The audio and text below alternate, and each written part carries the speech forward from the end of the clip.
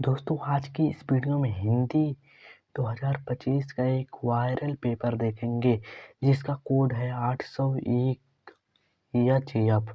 पूर्णांक है 70, समय है 3 घंटे 15 मिनट, निर्देश वगैरह हैं। ये आप लोग पढ़ लीजिए, इसका स्क्रीनशॉट लीजिए। चलिए आगे बढ़ते हैं। दोस्तों अब यहाँ से आपके शुरू होते हैं बहुविकल्पीय प्रश्न खंड आ, जिसके लिए 20 मार्क्स मिलेंगे। पहला क्वेश्चन है, बाबू गुलाब राय किस युग के लेखक हैं? इसका सही आंसर हो जाएगा द्विवेदी युग। दोस्तों उसके बाद है, चिंतामणि किस विधा की रचना है? इसका सही आंसर हो जाएगा निबंध।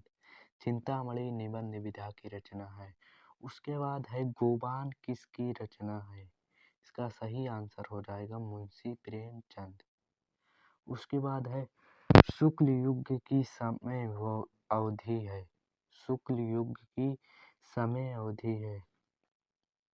इसका सही आंसर हो जाएगा 1919 से 1938 तक। उसके बाद है, नील का निर्माण किस विधा की रचना है? नील का निर्माण किस विधा की रचना है? इसका सही आंसर हो जाएगा आत्मकथा। उसके बाद आता है, प्रिय परास किस युग की रचना है? प्रिय परास किस युग की रचना है? इसका सही आंसर हो जाएगा भारतेंदु युग की। दोस्तों उसके बाद है, मधुशाला किसकी रचना है? मधुशाला किसकी रचना है? इसका सही आंसर हो जाएगा हरिवंश राय बच्चन। उसके बाद है, भारत भारती किसकी रचना है? इसका सही आंसर हो जाएगा मैथिली शरण गुप्त। दोस्तों उसके बाद है, आधुनिक काल कब से कब तक चला? इसका सही आंसर हो जाएगा ये 1843 से अब तक। उसके बाद है, मतीराम मतीराम किस युग के कवि हैं? इसका सही आंसर हो जाएगा रीति काल। उसके बाद है, हास्य रस का स्थायी भाव है। हास्य रस का स्थायी भाव है। हास्य रस का स्थायी भाव हास्य होता है। दोस्तों 12वां नंबर क्वेश्चन है, सोहत ओढ़े पीर पट श्याम सलोने घात, मनो नीलमणि शैल पर आत्म पदयो प्रकाश। उपरोक्त पंक्ति में कौन सा अलंकार है? इसका सही आंसर हो जाएगा 12वें का बी। दोस्तों उसके बाद है, रोला छंद में कुल कितने चरण होते हैं? इसका सही आंसर हो जाएगा 4। उसके बाद है, आकर्षण आकर्षण शब्द किस उपसर्ग का प्रयोग किया गया है? इसका सही आंसर हो जाएगा डी यानी आ। उसके बाद है, रचना के आधार पर वाक्य के कितने भेद होते हैं? इसका सही आंसर हो जाएगा 3। दोस्तों उसके बाद है, पीतम्बरा में कौन सा समास है? पीतम्बरा में कौन सा समास है? इसका सही आंसर हो जाएगा ऑप्शन सी। उसके बाद है 13वां नंबर 17वां नंबर क्वेश्चन है, आंसू का तत्सम रूप है। आंसू का तत्सम रूप है। इसका सही आंसर हो जाएगा आंसू। उसके बाद है,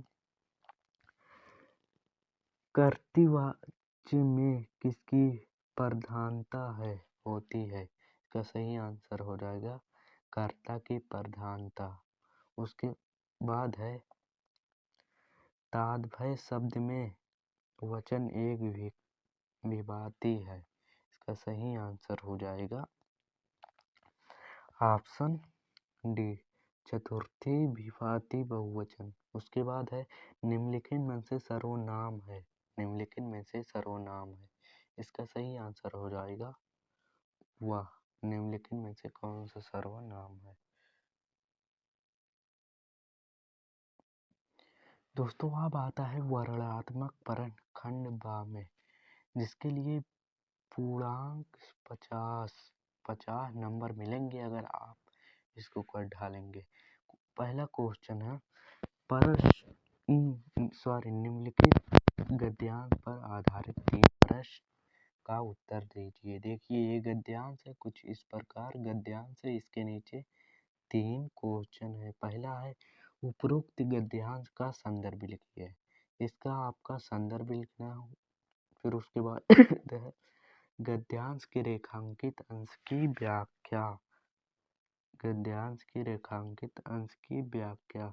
फिर उसके बाद हम लेखक के अनुसार समाज में विभिन्नता देखकर लोग एक दूसरे की ओर क्यों आकर्षित होते हैं। तीसरा क्वेश्चन ये है। उसके बाद है अथवा करके, अगर आपको ये वाला नहीं पता है तो ये वाला कर सकते हैं। अथवा यहाँ पर करके दिया है। इसका गद्यांश कुछ इस प्रकार है, इसके नीचे भी 3 प्रश्न है। उपरोक्त गद्यांश का संदर्भ लिखिए, गद्यांश की रेखांकित अंश का भाव स्पष्ट कीजिए, ममता द्वारा किस कार्य को ईश्वर की इच्छा से विरोध बताया गया है। दोस्तों उसके बाद आता है दूसरा क्वेश्चन, वो है दिए गए गद्यांश पर आधारित 3 प्रश्न का उत्तर दीजिए। गद्यांश कुछ इस प्रकार है। चरण कमल बंधव हरि राय जाकी कृपया, पंग गिरी लंघो अंधे को सब कुछ बरसाई, बहिरो सुनैन गंगी पुनः बोले। कुछ इस प्रकार है। इसका 3 क्वेश्चन है। पहला क्वेश्चन उपरोक्त गद्यांश का संदर्भ लिखिए, रेखांकित अंश की व्याख्या, उपरोक्त पंक्तियों में से कौन सा अलंकार है। यहाँ पर भी अथवा करके दिया है। देखिए अगर ये आपको ना आए तो ये वाला कर सके। इसके नीचे भी 3 क्वेश्चन दिया है। उसके बाद आगे चलते हैं दोस्तों। उसके बाद आता है दिए गए गद्यांश में से किसी एक का संदर्भ सहित हिंदी अनुवाद कीजिए।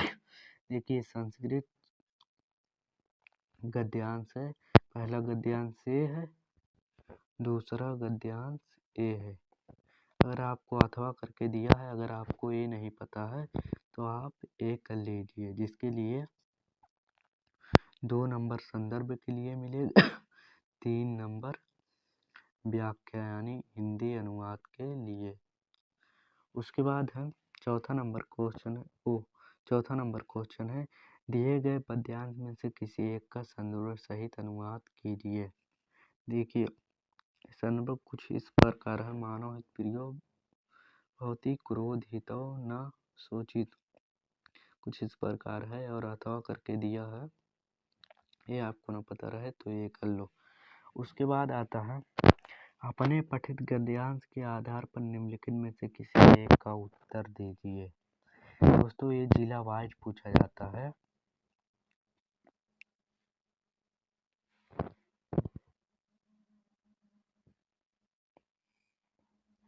दोस्तों ये जिले वाइज पूछा जाता है। आप जिस जिले से हैं आपको वही लिखना है। क्या इनमें से आप कोई भी लिख सकते हैं? नहीं दोस्तों, इनमें से आप नहीं लिख सकते हैं, नहीं तो आपके नंबर कटने के चांस है। आप जिस जिले के हैं ये अपने पठित काव्य खंड के आधार पर निम्नलिखित में से प्रश्नों में से किसी एक का उत्तर दीजिए। मतलब जो आपके जिले में खंड का पूछा जाए वही आप तैयार करके जाना, वही लिखना। दोस्तों आप सोचेंगे कि कैसे हम पता करेंगे कि हमारे ज़िले में कौन सा खंड का पूछा जाता है। आप ज़िले का नाम कमेंट बॉक्स खाली पड़ा उसमें डालिए, हम आपका उत्तर देंगे। दोस्तों उसके बाद आता है दिए गए लेखकों में से किसी एक का जीवन परिचय लिखते हुए इनकी एक प्रमुख रचना का उल्लेख कीजिए। डॉक्टर राजेंद्र प्रसाद का जीवन परिचय, जयशंकर प्रसाद का जीवन परिचय, आचार्य रामचंद्र शुक्ल का। आपके मन में एक विचार आ रहा होगा क्या इन तीनों लोग का लिखना है? नहीं, जो आपको अच्छे से याद हो उसी को लिखना है। 3 नंबर जीवन परिचय के लिए है, 2 नंबर रचना के लिए है। चलिए आगे चलते हैं। दोस्तों उसके बाद है दिए गए कवियों में से किसी एक का जीवन परिचय देते हुए उनकी प्रमुख रचना का उल्लेख कीजिए। देखिए, गोस्वामी तुलसीदास, सुमित्रा, पंडित नंदन का, महाकवि सूरदास का। इन तीनों में से किसी एक का लिखना है। 5 नंबर आपको मिलेंगे, 2 नंबर रचना के लिए और 3 नंबर जीवन परिचय के लिए। उसके बाद आता है अपनी पाठ्य पुस्तक में से खंडस्थ कोई एक श्लोक लिखिए जो इस प्रश्न पत्र में ना आया हो। इसके लिए आपको 2 नंबर मिलेगा। उसके बाद है निम्नलिखित में से किन्हीं 2 प्रश्न का उत्तर संस्कृत में दीजिए। इसके लिए आपको 2 नंबर मिलेगा। उसके बाद 9वां क्वेश्चन है सबसे इम्पोर्टेंट, 7 नंबर का पूछा जाएगा। निम्नलिखित में से किसी एक विषय पर निबंध लिखना है। पर्यावरण संरक्षण के उपाय, दूसरा है आतंकवाद कारण एवं निवारण, तीसरा है जनसंख्या लाभ हानि, चौथा है नारी शक्तिकरण। दोस्तों आपके मन में एक विचार भी होगा, क्या इन चारों लिखना है? नहीं दोस्तों, जो आपको अच्छे से याद हो वही लिखना है। उसके बाद 4 नंबर में पूछा जाता है पत्र। अपने विशेष रुचि का उल्लेख करते हुए अपने मित्र को एक पत्र लिखें। अथवा करके दिया है उत्तर मध्य रेलवे को एक शिकायत पत्र लिखे जिसमें टिकट निरीक्षक द्वारा किए गए अभद्र व्यवहार का उल्लेख हो। दोस्तों आज की इस वीडियो में हमने सभी प्रश्न को एकदम अच्छे से समझा दिए। अगर आपको वीडियो पसंद आई हो तो वीडियो को लाइक करें और चैनल पर नए हैं तो चैनल को सब्सक्राइब करें। तब तक मिलते हैं किसी और वीडियो में। तब तक के लिए गुड बाय, जय हिंद, जय भारत।